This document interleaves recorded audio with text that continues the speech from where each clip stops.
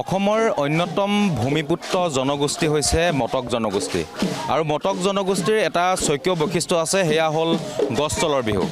আৰু যেহেতু এক বহাগৰ পৰা বিহু আৰম্ভ হৈছে, গতিকে এক বহাগৰ বিহু আৰম্ভ হোৱাৰ সমান্তৰালভাৱে গাঁৱৰ ডেকাসকলে যেনেদৰে ৰাতি ৰাতি প্ৰতি ঘৰে ঘৰে হুঁচৰি মাৰে, ঠিক তেনেদৰে গাভৰুসকলে গছ তলৰ বিহু মাৰে। আৰু এই গাভৰুসকলক নচুৱাবৰ কাৰণে নিজৰ গাঁৱৰ ডেকাসকলে নহয়, আন গাঁৱৰ পৰা আহি ডেকাসকলে নচুৱায়। আৰু এই নচুৱাবৰ কাৰণে ব্যৱহাৰ কৰে এটা বিশেষ বাদ্যযন্ত্ৰ, সেয়া হ'ল চাকচনি মাৰি, অৰ্থাৎ বাঁহৰ মাৰিয়ে মাৰি মাৰি গানৰ তালে তালে এতিয়া নচুৱাই এই যুৱতীসকলক, গাভৰুসকলক, গাঁৱৰ গাভৰুসকলক। আৰু মই উপস্থিত আছোঁ তিনিচুকীয়া জিলাৰ কাকপথাৰৰ আমগুৰি নামৰ সেই গাঁৱত, আৰু মোৰ কেমেৰা পাৰ্চন সতীৰ্থক দেখাবলৈ অনুৰোধ কৰিছোঁ।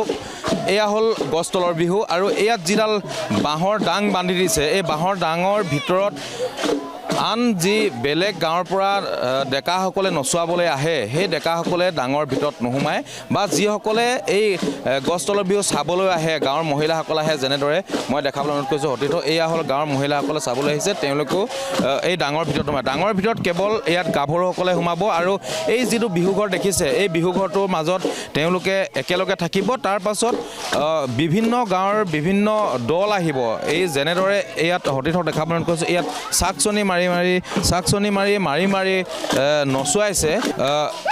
গছ তলৰ বিহু এটা সুকীয়া পৰম্পৰা, সুকীয়া ঐতিহ্য মটক জনগোষ্ঠী। গতিকে এই গছ তলৰ বিহু মাৰোঁতে আপোনালোকে গাঁৱৰ ডেকাসকলে গাভৰুসকলক কেনেদৰে সহায় কৰে?